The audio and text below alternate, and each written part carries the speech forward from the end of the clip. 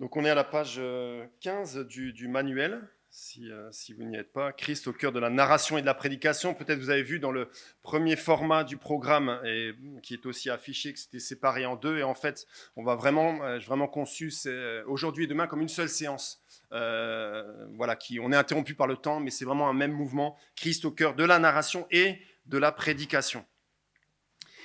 John Woodhouse, ancien professeur d'Ancien Testament à Moore College à Sydney, raconte qu'un jour il a assisté à la question dans la bouche d'un enfant et qui posait la question suivante: pourquoi Jésus n'est pas venu après Genèse 3? C'est vrai, c'est une bonne question. Souvent les questions d'enfants, c'est des bonnes questions et mes enfants me coincent souvent. C'est une excellente question. Ça serait plus simple pour nous d'ailleurs, on aurait moins à se prendre la tête sur 1 et 2 Samuel. Mais pourquoi un temps tellement long entre la chute, le rejet du roi, et puis le moment où Dieu donne un roi pour restaurer son règne? Et Woodhouse répond, en fait, Jésus est tellement énorme qu'il faut que nos cœurs soient préparés à le comprendre et à le recevoir. Et je trouve cette réponse extraordinaire. Jésus est tellement grand dans toutes ses facettes. Ce que Dieu a fait est tellement grand dans toutes ses facettes qu'il nous faut du temps pour nous préparer à le comprendre, prendre la mesure du plan de Dieu et de ce que Jésus-Christ est et a fait. C'est l'objectif de l'Écriture, et c'est là-dessus qu'on va réfléchir maintenant, sur la cohérence du plan de Dieu et l'insertion de 1 et 2 Samuel dans ce plan de Dieu. Il y a une grande histoire, une grande narration dont Jésus est le cœur, la grande histoire du salut, et on va s'arrêter là-dessus, et un peu plus demain matin sur comment l'articuler avec nos prédications particulières, comment pointer vers Jésus-Christ, le cœur de la grande histoire du salut dans nos prédications particulières. Il faut se rappeler, au moment de faire ça, que nous avons affaire à un seul livre, la Bible, un seul auteur, Dieu, par son Saint-Esprit, 2 Timothée 3,16, toute écriture est inspirée de Dieu, œuvre du Saint-Esprit de Dieu, au moyen des outils humains, des auteurs humains, avec un seul sujet, le salut en Jésus-Christ. Juste avant 2 Timothée 3,16, 2 Timothée 3,15, les écritures qui peuvent te donner la sagesse en vue du salut en Jésus-Christ. Et la théologie biblique, la matière qu'on appelle la théologie biblique, est au service de la compréhension de l'unité du plan de Dieu, de la grande histoire du salut. Et donc nous allons essayer de situer 1 et 2 Samuel dans cette histoire du salut, avec ce projet de la théologie biblique, c'est d'essayer de comprendre comment les différentes parties de l'Écriture pointent vers le centre, la bonne nouvelle culmine en Jésus-Christ. Quand je suis sorti de la faculté, j'avais une connaissance de l'écriture, hébreu, grec, mais peu de compréhension du plan global de Dieu, peu de compréhension de la grande histoire du salut. Il y avait des choses morcelées, et c'est ce qu'on rencontre aussi chez nos frères et sœurs, c'est ce que j'appelle la lecture de la Bible calendrier. Vous savez, un verset, on lit à droite, à gauche, on ne comprend pas du tout comment les choses s'articulent, mais on glane ici et là des promesses de Dieu qu'on s'applique pour nous. Et pour prendre une image de ce que c'est la théologie biblique, c'est comme les pièces d'un puzzle, 500 pièces. Vous avez des belles pièces qui sont belles, et petit à petit, les pièces se mettent ensemble. Et quand les pièces se mettent ensemble, quel est le visage qui apparaît? C'est le visage de Jésus-Christ. Chaque pièce a son rôle à jouer pour que le visage de Jésus-Christ soit complet dans toute sa gloire. Un commentateur prend cette autre image pour nous permettre de comprendre l'importance de la théologie biblique, c'est celle de l'arrivée dans une nouvelle ville. Il dit, quand vous arrivez dans une nouvelle ville, vous voulez un peu vous situer. Et moi, je suis toujours surpris qu'on se rend compte à l'usage, ce quartier est à côté de celui-là. J'allais là pour l'école, j'allais là pour le médecin, et je n'avais pas compris que les choses étaient en fait côte à côte. Et ce commentateur de dire, en fait, on a besoin d'une carte qui n'est pas trop précise, on s'en fiche des petites ruelles, etc., qui n'est pas trop haute, parce que sinon la ville, on la voit de trop loin. On a besoin d'une carte qui donne les grandes avenues, les grands artères, pour voir comment les quartiers sont reliés les uns aux autres. Alors avant de commencer le parcours, j'aimerais mettre en valeur 3 mots-clés pour unifier, pour comprendre l'unicité du plan de Dieu. Le premier mot, c'est le mot alliance, et c'est ce que Dieu a prévu. Finalement, on peut parler déjà d'alliance adamique, ce que Dieu a prévu pour Adam et Ève dans la création, mais qui a été rejeté depuis Genèse 3, et surtout Genèse 12. Genèse 12, c'est le cœur de l'alliance. C'est là que Dieu donne sa parole pour Abraham et pour un peuple qui sera issu de lui, un peuple dans le pays de Dieu sous le règne et la bénédiction de Dieu. Et en fait, au cœur de l'alliance, il y a une promesse. Et c'est le cœur, le deuxième mot, le cœur de l'alliance, c'est quoi? C'est pas simplement ce que Dieu a prévu, mais c'est ce que Dieu a promis. Et John Woodhouse dit la chose suivante. En fait, l'Ancien Testament, c'est surtout l'histoire de la promesse de Dieu, une parole qu'il faut croire et dont on assiste à la réalisation. On assiste à la réalisation de cette promesse. Comment Dieu fait pour tenir parole par rapport aux engagements qu'il a pris. Et autant on voit les échecs, et Paul le disait dans sa prière, l'endurcissement du peuple de Dieu, autant on voit la fidélité de Dieu jusqu'à l'accomplissement de ses promesses. Et on pourrait dire, troisième mot, que le point culminant de cette promesse, c'est le royaume de Dieu. Quand Jésus arrive dans l'évangile de Marc, ses premiers mots concernent le royaume de Dieu. Le moment est arrivé, le royaume de Dieu est proche, repentez-vous et croyez à la bonne nouvelle. Le sommet de cette promesse, c'est de nous donner, de restaurer ce qui a été perdu, de restaurer le bon règne de Dieu en la personne de son Fils, Jésus-Christ, qui vient installer son royaume. On peut entrer déjà dans son royaume par la repentance et la foi, mais ce sera pleinement manifesté lorsqu'il reviendra dans son règne. L'alliance, la promesse et le royaume. Alors, je ne sais pas si vous avez entendu parler du documentaire Les yeux dans les bleus. Alors maintenant, c'est un peu courant d'avoir des caméras qui filment à l'avance en espérant que le titre de champion du monde soit au bout. Mais en 98, c'était assez extraordinaire. Il y avait le titre de champion du monde de l'équipe de France de football en 98. Et puis est sorti le documentaire qui a expliqué comment on en est arrivé au titre de champion du monde. Et c'était passionnant de voir comment Aimé Jacquet a préparé son équipe, le rôle de chacun pour que l'équipe complètement soit championne du monde. Muscle ton jeu, Robert, disait-il à Robert Pires. C'est un peu la même chose dans l'histoire du salut. On sait que Jésus est roi, qu'il règne, et on se pose la question, comment en est-on arrivé là? Qu'est-ce que Dieu a fait? Qu'est-ce que Dieu a mis en œuvre? Quels acteurs a-t-il utilisé? Quel a été le rôle de chacun pour cet objectif du règne de Dieu? Alors pour la suite, on va suivre un diaporama qui est, vous le voyez, inspiré du livre de Von Roberts. Vous en avez peut-être un exemplaire au fond, ou plusieurs, un exemplaire. Donc jetez-vous dessus à la fin si vous ne l'avez pas encore lu. C'est un des auteurs qui m'a le plus marqué par rapport à cela. Et j'utilise là un diaporama que ma femme a utilisé pour le groupe de caté à l'église à Albi. On va commenter ce parcours, en particulier à partir du royaume partiel, sous l'angle de 1 et 2 Samuel.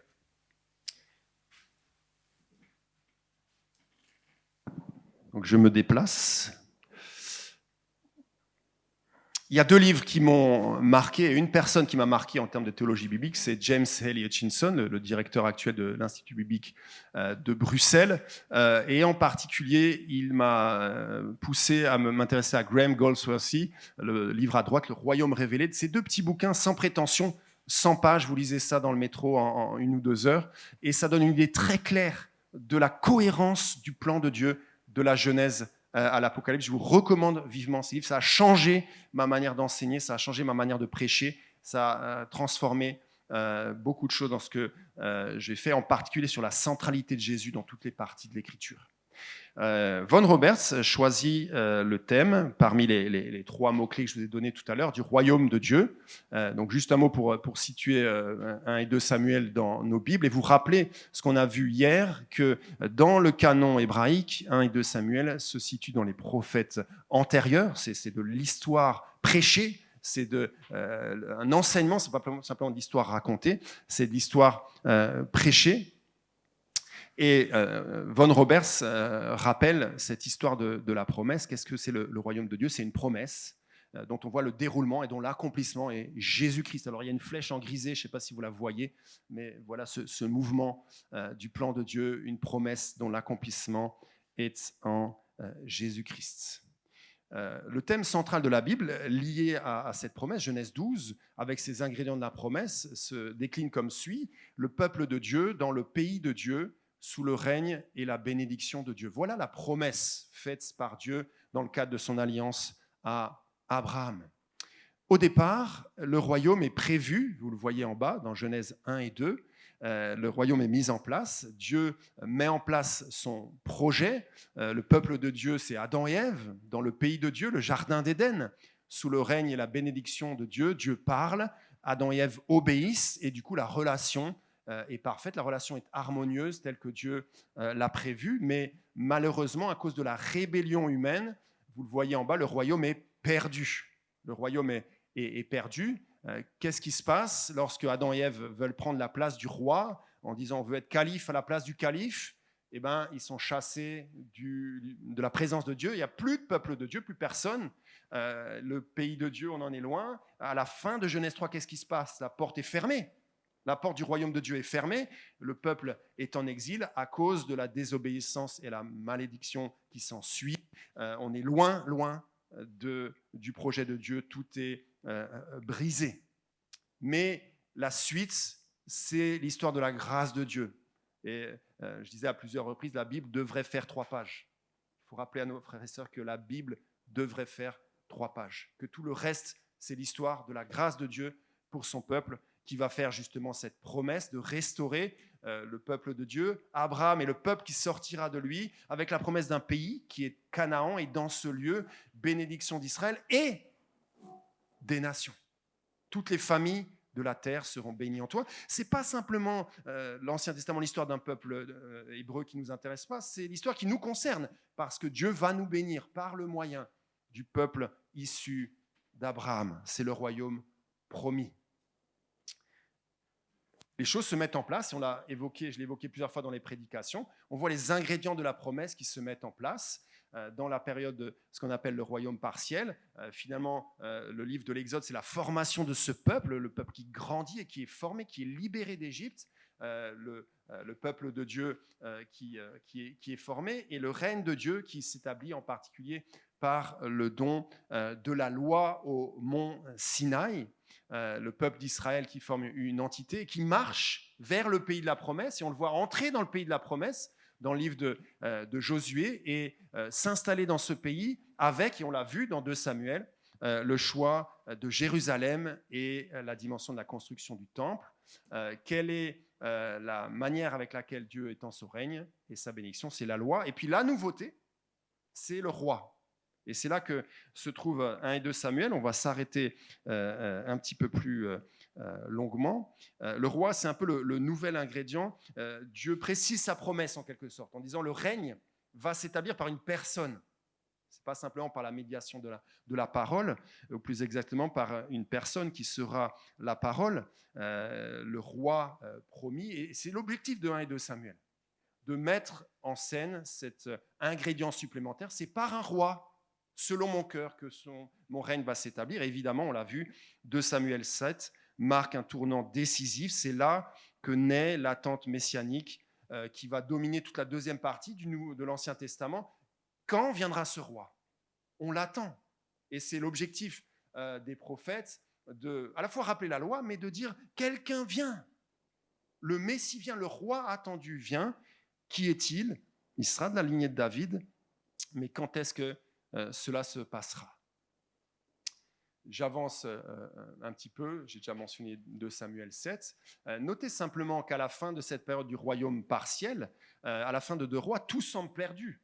On avait des ingrédients qui s'étaient accumulés, mais à la fin du livre des rois, on a un peuple divisé et déporté, donc dont l'unité est brisée, qui est déporté loin du pays promis. Il n'y a plus d'accès au Seigneur par rapport au temple, à la présence de Dieu. Il est sous son jugement. Et là, on a l'impression à la fin de ce cycle-là qu'on est très très loin de l'accomplissement de la promesse. Et c'est là le travail des prophètes, de prophétiser le royaume. Non, ce n'est pas fini. Non, Dieu n'en a pas fini dans sa grâce, dans sa fidélité.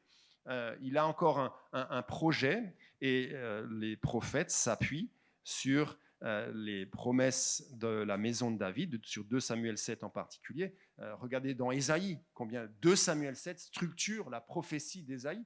J'ai cité Ésaïe 9, Ésaïe 11, Ésaïe 9, verset 6, où le Messie établira la paix dans le royaume de David, il sera de la trempe de David, et puis Ésaïe 11, de la descendance de Jessé. Regardez les psaumes, regardez le nombre de psaumes messianiques qui soulignent cette dimension du Messie qui vient comme descendant de David. On peut penser au psaume 2, Psaume 2, qui est une méditation sur la manière dont Dieu établit son règne par le Fils qu'il a choisi. Les nations se rebellent, mais Dieu rappelle son décret.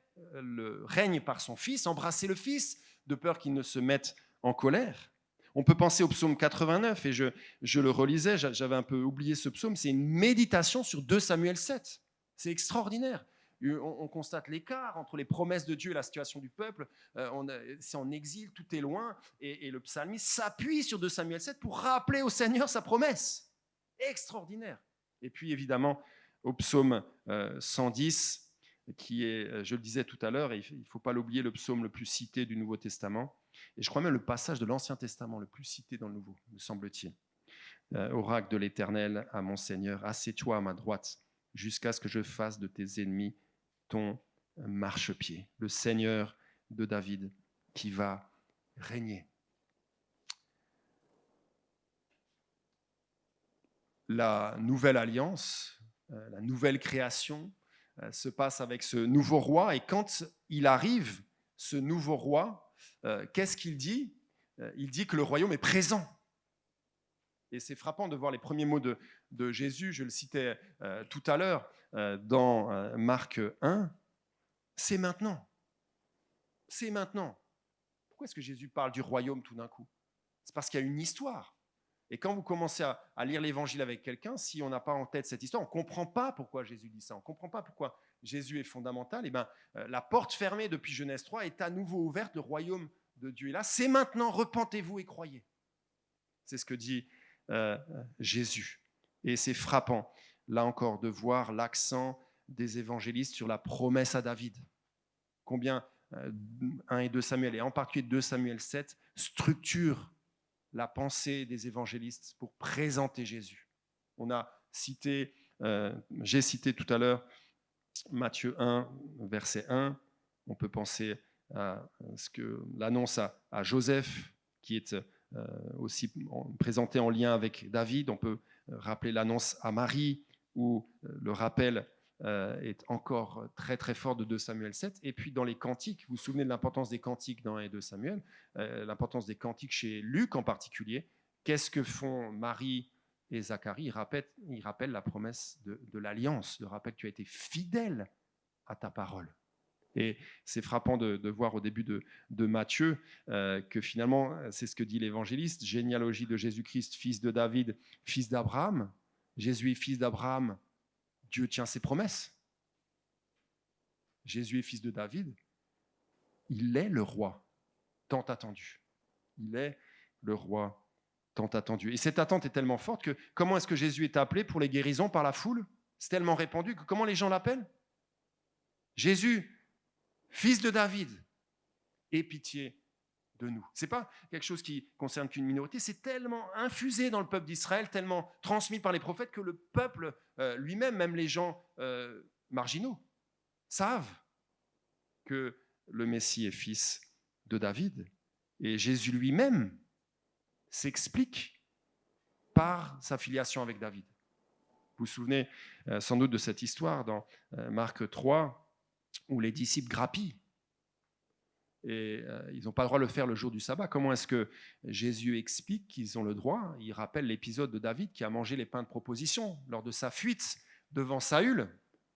Et il dit, on parle souvent de la première partie du verset, le sabbat a été fait pour l'homme, mais ce qui est fondamental, c'est que Jésus dit, le Fils de l'homme est le maître du sabbat. Je suis David en beaucoup, beaucoup, beaucoup mieux. Et puis, juste avant sa mort dans le temple, c'est lui qui pose une énigme. On lui pose beaucoup d'énigmes, mais c'est lui qui pose une énigme à partir du psaume 110. Vous dites que le Messie est le fils de David. Comment se fait-il que dans le psaume 110, David l'appelle son Seigneur ? Donc pour expliquer Jésus pour que Jésus s'explique, il fait aussi référence à 1 et 2 Samuel. Il s'appuie sur cette promesse, en particulier de 2 Samuel 7, pour expliquer son ministère. Le royaume accompli, le roi étant venu, ayant accompli sa mission, ça je passe, c'est le royaume proclamé. Quel est le travail des apôtres? C'est de proclamer le règne de Jésus, mort et ressuscité, appelé à la repentance et à la foi. Et ce nouveau peuple de Dieu se crée alors, composé de gens d'origine juive qui se repentent et croient, composé de gens d'origine païenne qui se repentent et croient. Et le pays de Dieu n'est plus dans le domaine géographique, c'est le peuple de Dieu, partout où il est, répandu sur la surface de la terre. C'est l'Église multiculturelle autour de qui? Autour de Jésus-Christ, le roi. Et il étend sa royauté par son esprit qui fait naître de nouveau et qui conduit les croyants dans une vie de sainteté. Et c'est frappant là aussi de voir au début du livre des Actes qu'à plusieurs reprises, référence est faite à David pour expliquer l'évangile. Regardez avec moi dans Acte 2, le premier grand discours du livre des Actes, qu'on ne peut comprendre que si on connaît ce qui est arrivé à David, qu'on comprend ce qui est arrivé à David, Acte 2, le psaume 16 est appliqué à Jésus, verset 25 d'Acte 2, car David a dit de lui, je voyais constamment le Seigneur devant moi, parce qu'il est à ma droite, afin que je ne sois pas ébranlé. Et il s'appuie, Pierre, sur ce psaume 16 pour dire, verset 29, frère, qu'il me soit permis de vous dire franchement au sujet du patriarche David qu'il est mort, qu'il a été enseveli, que sa tombe existe encore parmi nous jusqu'à aujourd'hui. Évidemment, c'est son successeur, c'est le fils de David, c'est Jésus qui était en ligne de mire. Et plus tard dans le discours, regardez un peu plus loin, la citation du psaume 110, verset 34, car David n'est pas monté dans les cieux, mais il dit lui-même, le Seigneur a dit à mon Seigneur, assieds-toi à ma droite, jusqu'à ce que je fasse de tes ennemis ton marchepied. Bien sûr, il y a le psaume 110 derrière, mais il y a 1 et 2 Samuel, la promesse de 2 Samuel 7, qui est la clé de compréhension de ce passage, Jésus, fils de David. Le royaume est annoncé jusqu'à son retour, jusqu'au retour de Jésus-Christ, où là, le royaume sera parachevé dans la nouvelle création. Toute la promesse de Dieu, tous les ingrédients de la promesse seront pleinement réalisés. Nous y sommes déjà un peu, mais on n'y est pas complètement. Alors, je reviens un peu sur le schéma qui me semble quand même utile. On est un peu entre les deux, assis entre deux chaises. On est dans le monde présent. Le royaume de Dieu est déjà là. On y rentre par la repentance et la foi, par le ministère du Saint-Esprit, la nouvelle naissance. En même temps, on n'est pas encore complètement dans ce qui est promis. On est dans l'entre-deux, dans l'attente, jusqu'à ce que le royaume soit parachevé finalement. La famille, le peuple de Dieu sera la famille multinationale de Dieu, dont nous sommes un peu un échantillon aujourd'hui. Dans le pays de Dieu, on a lu Apocalypse 21 tout à l'heure, dans la nouvelle création. Et ce qui est frappant dans la nouvelle création, c'est qu'il n'y a plus besoin de lumière, il n'y a plus besoin de temple, il n'y a plus besoin de rien, parce que Dieu est présent. C'est Éden. C'est Éden, restauré, reloaded, sous le règne et la bénédiction de Dieu. Et c'est frappant de voir dans l'Apocalypse que le trône est biplace. Il y a le Père, et il y a l'agneau, et là, il y a l'agneau, et là, il y a le Père. C'est par son roi, l'agneau de Dieu, le fils de David, que son règne est établi. Alors, qu'est-ce qui ressort de ce survol, me semble-t-il, si on revient à notre question d'enfant, pas si enfantine de tout à l'heure, c'est la place fondamentale d'1 et 2 Samuel pour comprendre Jésus-Christ et dans toutes ses facettes, en particulier dans la dimension de la royauté. C'est là que naît l'attente messianique. C'est 1 et 2 Samuel qui donne quelques-uns des titres les plus importants par lesquels nous connaissons notre Seigneur Jésus, écrit Andrew Reed à ce sujet. C'est 1 et 2 Samuel qui forment l'arrière-plan de beaucoup des thèmes clés du Nouveau Testament. Et on ne peut pas comprendre le Nouveau Testament et le royaume présent et le royaume proclamé et le royaume parachevé si l'on ne connaît pas 1 et 2 Samuel et cette pièce du puzzle, ces pièces du puzzle décrites dans 1 et 2 Samuel. Voilà pour le survol. Quand on parle de narration, d'histoire du salut, on rappelle aussi que 1 et 2 Samuel, c'est une narration. Il y a l'histoire du salut qu'on vient d'évoquer, et il y a la narration particulière, la pièce 1 et 2 Samuel dans cette histoire du salut.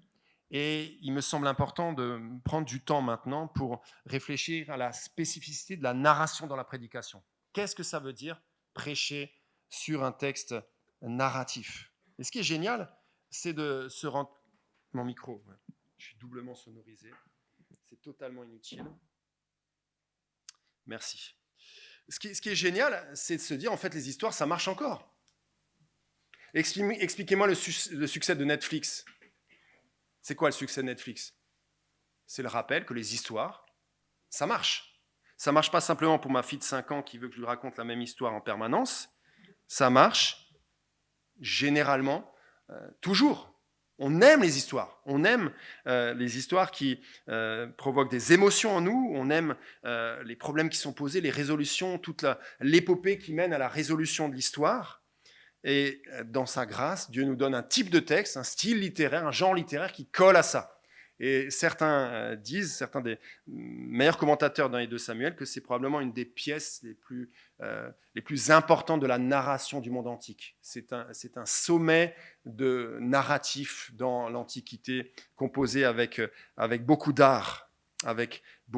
Et le but de ce temps maintenant, une fois qu'on a parlé de l'histoire du salut, de la grande histoire, c'est de parler de la petite histoire de 1 et 2 Samuel, de la spécificité de la narration de 1 et 2 Samuel comme une histoire. Alors vous avez dans la bibliographie plusieurs livres qui mettent en valeur cette dimension. Alors malheureusement, il y a pas mal de choses en anglais. En français, j'attire votre attention sur l'excellent manuel, Un nouveau regard sur la Bible de Fee et Stewart, qui est sorti il y a quelques années, où il y a un chapitre 5, consacré à la narration. C'est assez court, mais ça donne des bonnes idées pour prêcher de manière spécifique sur la narration, et d'ailleurs sur tous les styles littéraires dans l'écriture. Et le livre Enseigner les récits bibliques aux enfants est assez intéressant aussi pour les prédicateurs.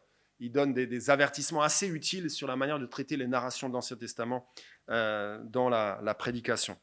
Alors, premier point, sur 1 et 2 Samuel. 1 et 2 Samuel est une histoire. Alors, je vous rappelle la page, c'est la page 17, si vous êtes perdu. C'est une histoire. Alors, ça semble évident, mais ça veut dire qu'il faut tenir compte d'un certain nombre d'ingrédients. D'abord, il y a un narrateur dans une histoire. Un narrateur, c'est pas comme une lettre de Paul. Là, c'est une histoire qui nous est racontée. Du coup, il faut se mettre dans les baskets du narrateur qui nous raconte l'histoire. Il sait toute l'histoire qu'il raconte, mais il choisit un point de vue. Il choisit de dire certaines choses, de ne pas en dire d'autres, d'aller vite sur certains points, mais de s'arrêter longuement sur d'autres points. Et quand on parle des baskets du narrateur, en fait, c'est Dieu lui-même. Pourquoi la dimension de l'inspiration est fondamentale? Parce que quand on dit de réfléchir à ce que pense le narrateur, on pense à l'auteur humain d'un et deux Samuel, mais on pense au Seigneur, l'intention de Dieu en nous racontant cette histoire. Et c'est ça qu'il faut trouver. Sur la souveraineté du narrateur sur son récit. Par exemple, notez le chapitre 17 d'un Samuel. C'est un événement court, mais qui prend beaucoup de place. Le narrateur choisit de s'arrêter. C'est une longue narration assez impressionnante, magnifique. Pourquoi? Parce que c'est un élément clé. Quand le Messie vient, la victoire est au rendez-vous pour le peuple de Dieu. Au contraire, pour parler de la vie de Samuel tout jeune enfant, un Samuel 3 à Samuel vieux, un Samuel 8, ça va assez vite à l'échelle d'une vie, c'est 5 chapitres. Parfois, le narrateur donne son avis, et c'est très important. Lorsqu'on voit que le narrateur donne son avis, c'est largement pas tout le temps le cas, mais quand il donne son avis, il faut s'arrêter. Et on le verra demain, à la fin de tout ce que David a fait, le narrateur dit juste « ce que David avait fait déplut à l'Éternel ». Quand il donne son avis, il faut l'écouter. C'est probablement une clé de compréhension du texte qu'il faut savoir mettre en valeur dans sa prédication. Deuxième ingrédient, les personnages. Il faut prendre le temps d'évoquer les personnages, de montrer qui ils sont, de les décrire. En particulier, on l'a vu par exemple dans 1 Samuel 9, quand l'apparence physique, pas civique, est donnée, c'est important. Le narrateur ne le fait pas tout le temps. Il le fera pour Saül, il le fera pour David aussi, jeune homme de belle apparence. Et s'il le fait dans le cas de Saül, c'est quelque chose de fondamental pour la compréhension de Saül. Autre chose sur les personnages, la construction des personnages en parallèle ou en opposition. C'est très fort dans 1 et 2 Samuel. Il y a des personnages qui sont en parallèle et d'autres en contraste. On peut dire par exemple que David et Jonathan sont en parallèle. Ces deux personnes qui ont une attitude qui est une bonne attitude de foi et de confiance en Dieu dans des contextes différents, mais qui sont tous les deux mis en valeur. Pour les exemples négatifs, on peut faire le parallèle, on l'a fait dans 1 Samuel 8, entre Élie vieux et ses fils, et Samuel vieux et ses fils. Le parallèle est évocateur, en fait, ça nous montre que le leader humain n'a pas changé. Ou les personnages sont construits en contraste. Et c'est très fort dans les 2 Samuel, puisqu'on a parlé de trajectoires qui montent et qui descendent. Contraste entre le jeune Samuel, dont l'étoile monte, et puis Élie et ses fils, dont l'étoile tombe, qui sont des météorites. Contraste entre Saül, évidemment, le roi selon le cœur de l'homme, et David selon le cœur de Dieu. Et puis parfois, ça et là, il y a des évaluations directes de la part du narrateur qui rappelle simplement, sans plus commenter, mais par exemple, dans 2 Samuel 12, la capacité de David de se repentir. Voilà, il s'arrête pour mettre en valeur la repentance de David, qui est une nouveauté par rapport à Saül.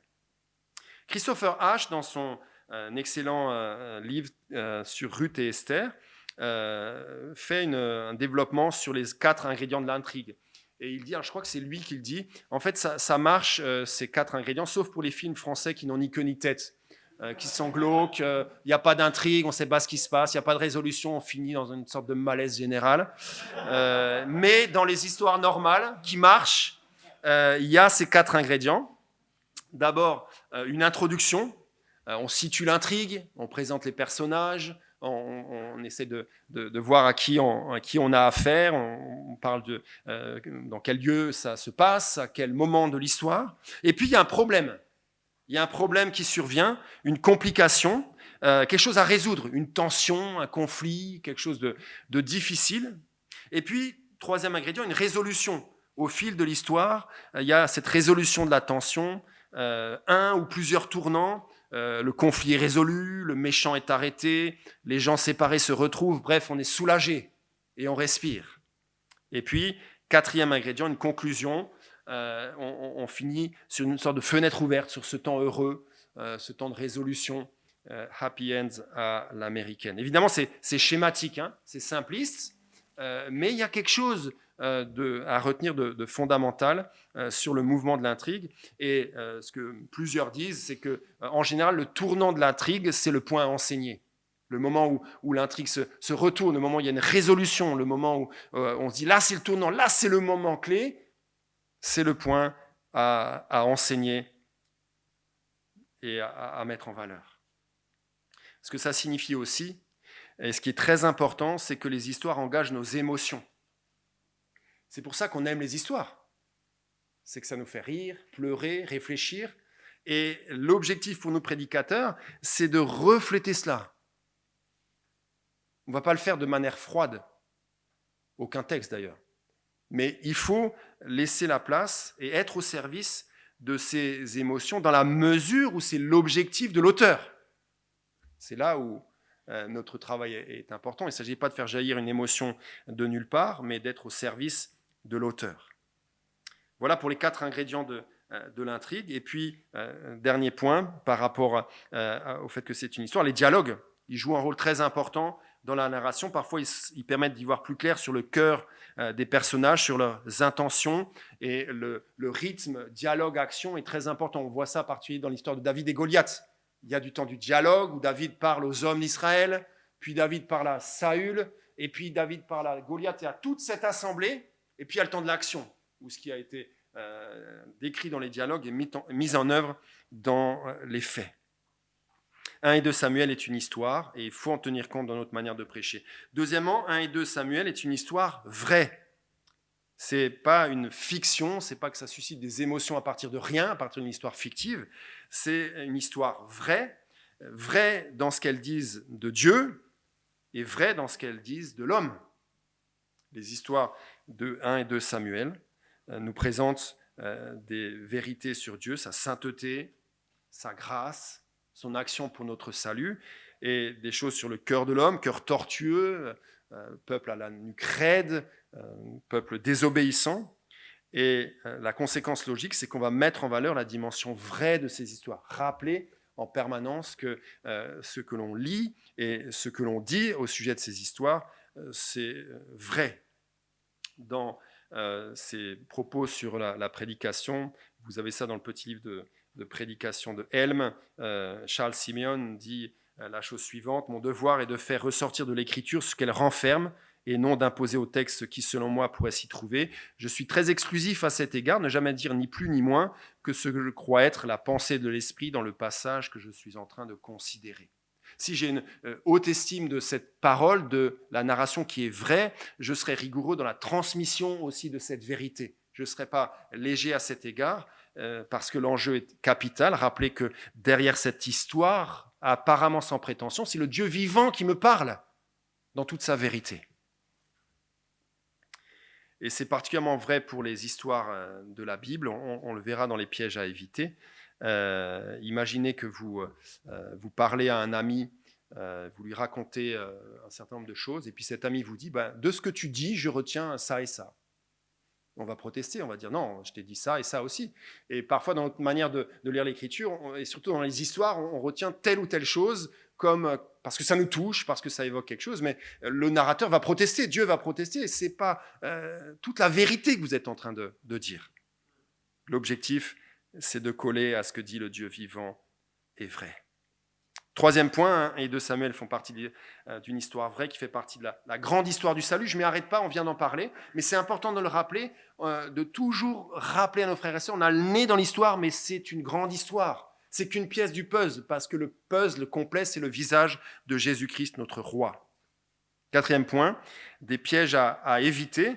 D'abord, sélectionner des éléments de l'histoire pour dire ce que l'on veut. Ça, c'est le grand travers du prédicateur. Je me souviens d'une discussion il y a quelque temps avec des amis sur les séries TV, sur Netflix et autres supports. Et on était un peu en mode, ce qui m'a touché dans l'histoire, c'est... Voilà, moi, j'ai aimé The Crown parce que ça m'a touché de voir tel ou tel aspect de la reine Élisabeth. Et en fait, ces histoires mettent en valeur souvent, enfin, notre analyse de ces histoires met en valeur notre moi. Voilà ce qui me touche, voilà ce qui me plaît. Et on s'éloigne parfois de l'intention de l'auteur, de ce que lui a voulu communiquer. C'est particulièrement fort dans plusieurs textes d'1 et 2 Samuel. On peut penser en particulier à 1 Samuel 3, le texte pris en otage par tous ceux qui font l'école du dimanche.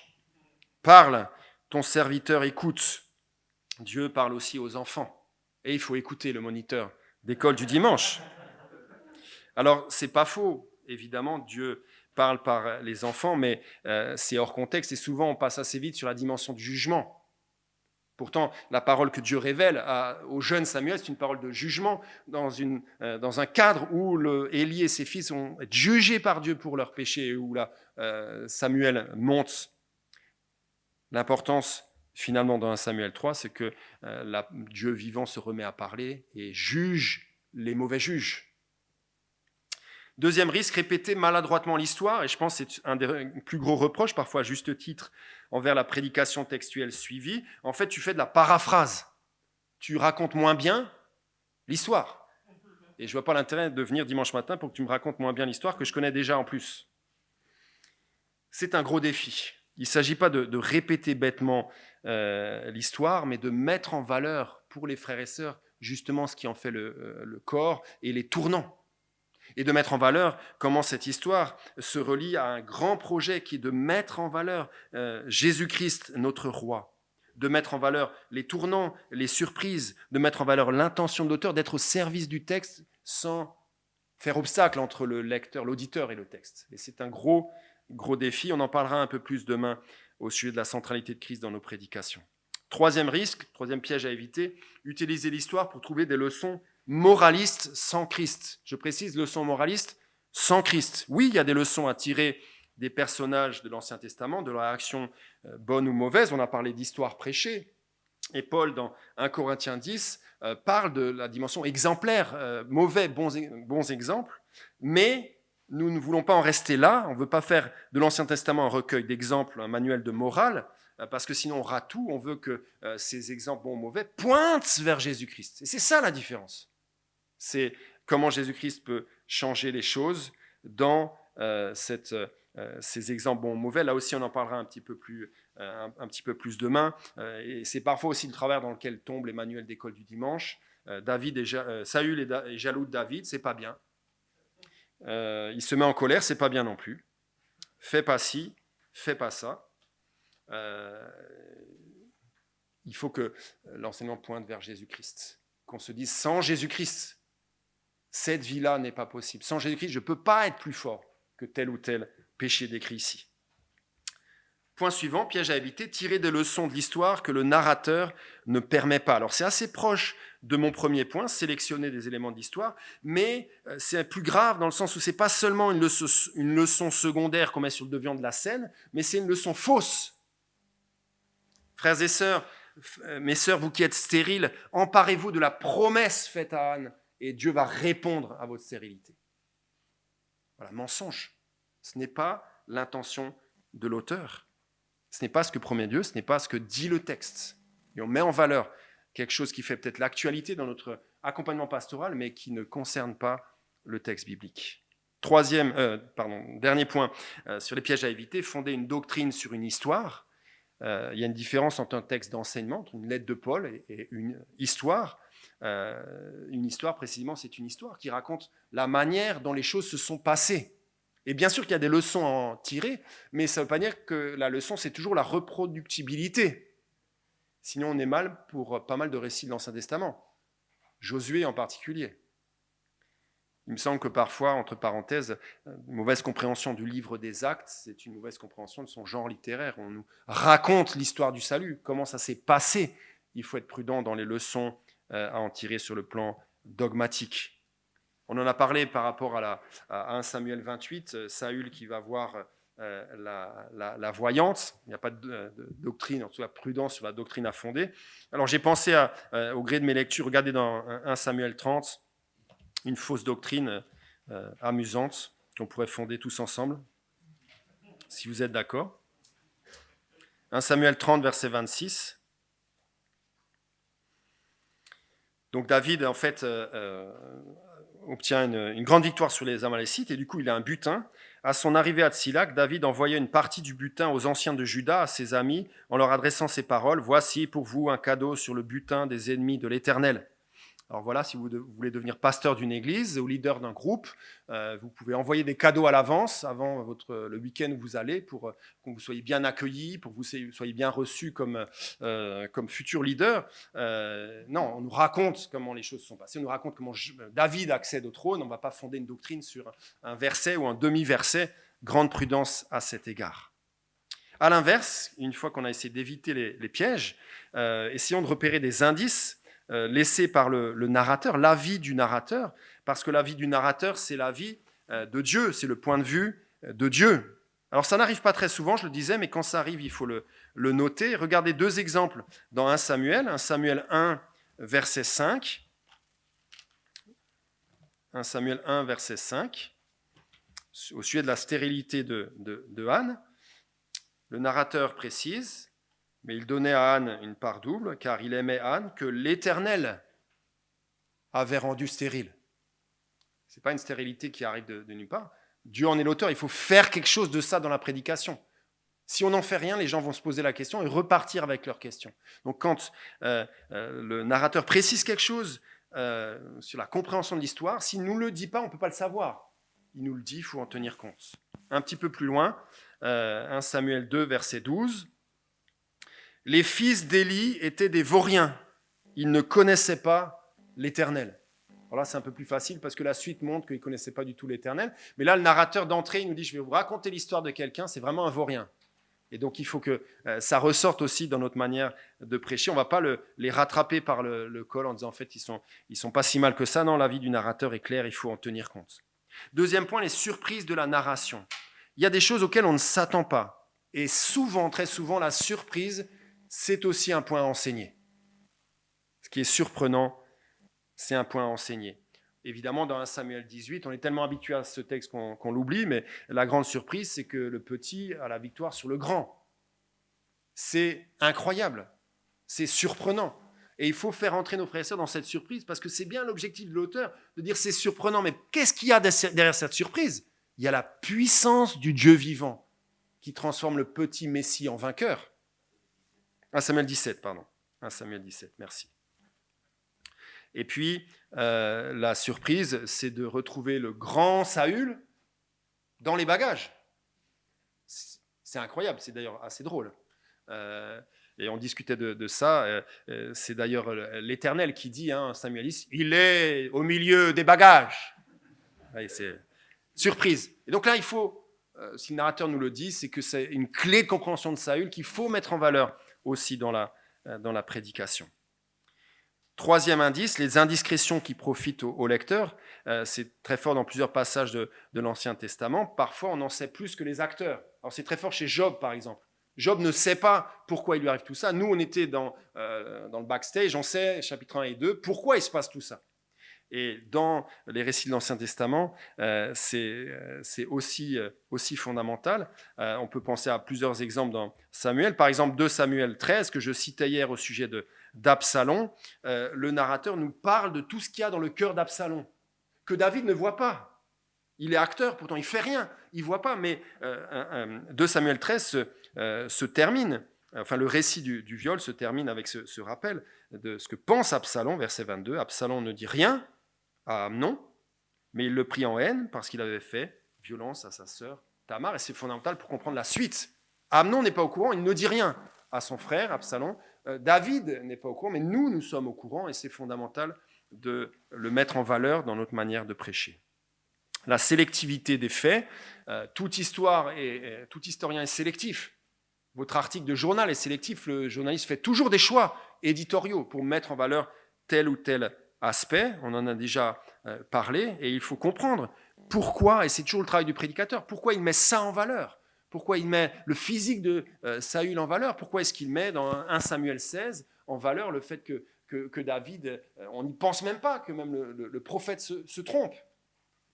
Il choisit de nous parler des faits sous un certain angle, parce que c'est de l'histoire prêchée, parce qu'il a un but, on l'a mentionné en particulier pour la conclusion de tout le volume, 2 Samuel, chapitre 21 à 24, qu'est-ce qu'il fait? Il choisit des événements, il sélectionne des événements de différents moments de la vie de David avec un objectif.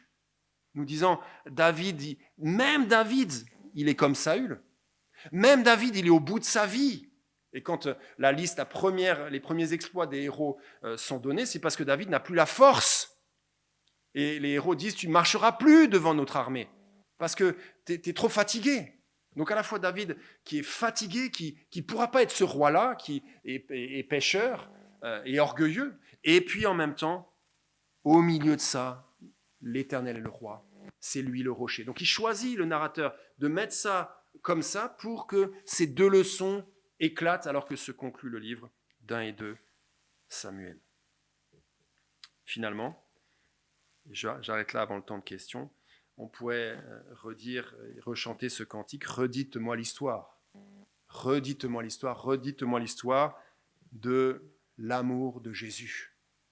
On veut rappeler, prêcher l'histoire du salut et la pièce du puzzle particulière 1 et 2 Samuel, dans toujours l'objectif de mettre en lumière Jésus-Christ et de rappeler encore et encore cette histoire pour encore et encore rappeler qui en est le personnage principal, comme ma fille de 5 ans qui me demande sans cesse son histoire préférée. Remplir les cœurs de nos frères et sœurs d'un amour pour Jésus-Christ, notre roi, afin que cet amour grandisse.